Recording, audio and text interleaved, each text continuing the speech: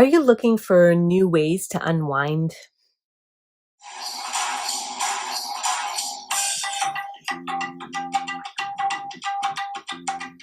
Hi, and welcome back to Ask Dr. Saira, the show where I answer your questions about personal growth, mental health, and relationships.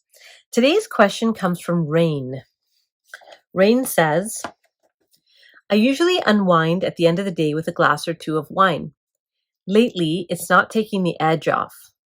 How else can I deal with a stressful workday that doesn't require me to leave my house? I love that. I usually unwind at the end of the day with a glass or two of wine. Lately, it's not really taking the edge off. How can I deal with a stressful workday that doesn't require me to leave my house? That's a great question, right? Some of us have developed these kind of temporary strategies or maybe daily strategies that work for a period of time and then suddenly they don't. And when they're not working, I think it's kind of our mind, our bodies will wake up call to say, hey, you need to do something a little bit more deliberate here, right? Because we can kind of get stuck in that loop of a pattern and like an easy way out to like, I'll just have my couple glasses of wine and that's all I need. But if it's not helping anymore, then you need to expand your repertoire of things you can do to take the edge off, as you said.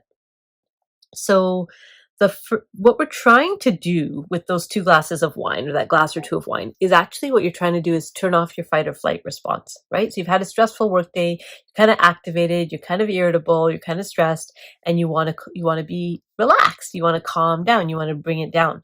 And so what we want to think about is what are some other ways besides a glass or two of wine that might help kind of bring us down. Besides that, because alcohol will do it. It's a depressant, so it actually brings you down.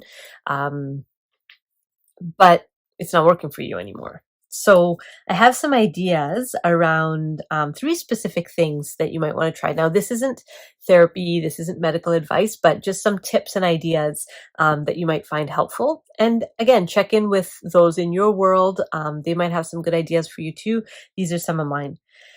So the first is a strategy to kind of quiet the fight or flight brain, right? Quiet the activation that's there from the stressful day. And so there's 2 techniques that are proven. Actually, there's proof in the research finally about these techniques that help kind of lower our stress levels, lower our cortisol, increase our happy hormones. And so those specifically are meditation and breath work. So what do I mean when I say meditation? Basically, I think you could think of maybe 3 different types of meditation. So there's moving meditation. So that's where you're in concentration while your body's moving. So that might be something like yoga, or going from a really mindful walk. The Japanese call it forest bathing, right? If you're going in around nature. So there's moving meditations. Then there's stillness meditations where you're just kind of sitting still. You don't have to be like a statue, but you're just kind of sitting and you're letting your mind kind of just thoughts just kind of come and go and come and go. And you're just kind of following your thoughts and you're not really attaching to any particular thought. You're just kind of letting them come and go. Now, I'm saying there's 3 kinds. There's actually lots and lots and lots of different kinds of meditation, but just to simplify it, I'm going to give you 3. So moving meditation, being still, and then the third is a guided meditation. So that's where you might listen to somebody kind of talking you through a process, or you might listen to music that's very like soothing and meditative. So that's kind of some ideas that I have. And now it doesn't have to be hours and hours, right? It can be 5 minutes, 10 minutes as you're getting familiar with it, just to see how you feel. And the thing about meditation is that it's kind of like building a new muscle, right? You have to do it regularly to start seeing an effect. If you just, do your 10 minutes of meditation one day and then the next day you don't do it, and then the next day you don't do it, and the next day you don't do it, and then 3 weeks later you do another 10 minutes, you're not going to see an impact. So this is something that's a practice. You have to do it regularly to be able to see how your brain state starts to change as the meditation becomes a regular part of your rhythms and routines. Breath work. So there's different types of breathing you can do to actually lower your adrenaline and cortisol in your bloodstream, to actually like calm everything down. What it does is it actually breathing deeply tells your brain there's no tiger here. So we don't need all these stress hormones flooding through our body. Because if there was a tiger here, I would not be breathing like this, right? So if you think about it, when we have a stress response, all these things happen physiologically. Like your breathing gets really shallow, your heart starts racing, your palms might get sweaty, your pupils dilate, your arteries constrict, your digestive system stops, your reproductive system stops. All of these, this is increasing glucose in your bloodstream so that you can fight the tiger. We can't control any of those things once that cascade starts. You can't control it, except your breath.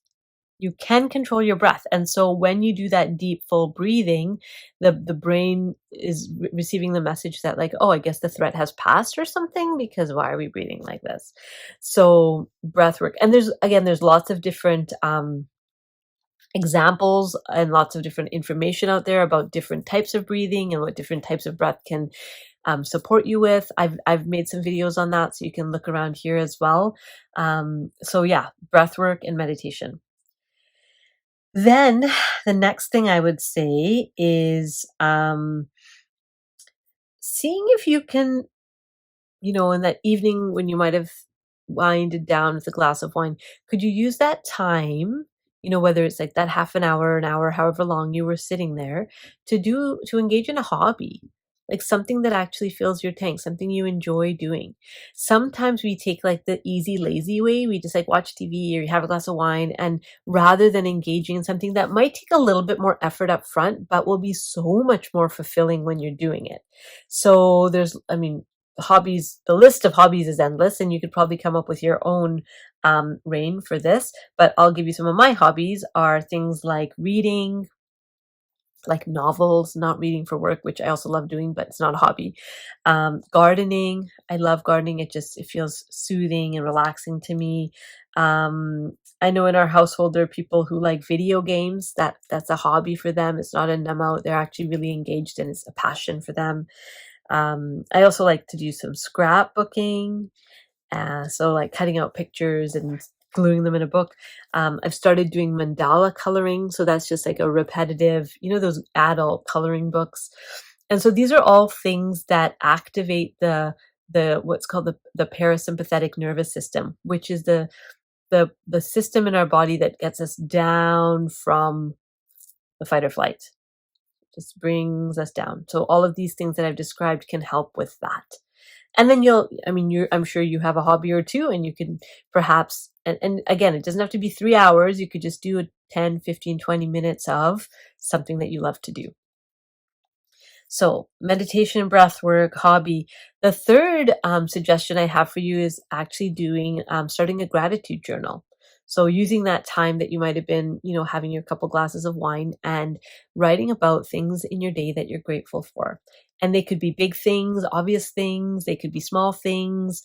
They could be things that happen every day or things that just happened today, whatever. But if you can write at least 3 things, more is better, but at least 3 things that you're grateful for and why you're grateful for them, right? Because what they bring to your life, what they add to your life. Sometimes when we do gratitudes, it's just like, I am grateful for fresh air. Okay, but why? Right? So you go a little bit deeper into that process. And what that does is it changes our brain state from I'm wanting something, right? I'm like wanting to consume something, to actually I'm creating something and I'm appreciating something, which again activates a different part of the brain that's more about rest and relaxation and just feel a feel good feeling. So that's a third suggestion I have, which would be gratitude, writing about things that you're grateful for, or talking about things that you're grateful for. If you're not much of a writer, you could talk to somebody in your household or somebody over the phone about things that that are working well. And be careful with that, because sometimes certain people who you might choose to talk to might have a different agenda and don't want to be in that gratitude space. You have to be discerning, but engaging in gratitude in whatever way makes sense to you. So those are some ideas that I have, Rain, about some alternatives to your 1 or 2 glasses that aren't hitting the spot anymore. Hopefully that was helpful, and you can kind of experiment with some of these ideas and see if they might land, and reach out to others in your world who might have some ideas about things that have worked for them as well. Feel free to check out the channel, like and subscribe. If you want to send me a question, the email's at the end of this video, and I'll see you next time. Bye.